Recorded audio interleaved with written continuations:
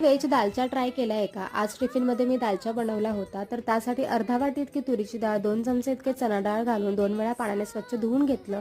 मधून एक चिरलेली हिरवी मिरची, त्याच्यामध्ये 1.5 ग्लास इतकं पाणी आणि हळद घालून 2 शिट्ट्या करून घेतल्या. तोपर्यंत अर्धा दुधी इथे मी कापून घेतला. कुकर थंड झाल्यानंतर कापून घेतलेली दुधी त्याच्यामध्ये घातली आणि पुन्हा एक शिट्टी करून घेतली. एक मोठ्या आकाराचा लांबट असा कांदा मी चिरून घेतला. मुठभर अशी पालक आणि चुका जो आहे तो व्यवस्थित कापून घेतला. एका कढईमध्ये 2 चमचे इतकं तेल घातलं. खडे मसाले आणि जिरे व्यवस्थित परतवून घेतले.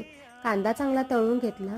कुकर थंड झाल्यानंतर डाळीला थोडंसं मॅश करून घेतलं. पालेभाज्या कढईमध्ये घातल्या. 2 मिनिटांसाठी चांगल्या त्या वाफवून घेतल्या. अगदीच थोडीशी हळद आणि लाल तिखट घालून व्यवस्थित असं मिक्स करून घेतलं. बारीक चिरलेला टोमॅटो घालून तोही चांगला व्यवस्थित विरघळवून घेतला. शिजवलेली डाळ त्याच्यामध्ये घातली.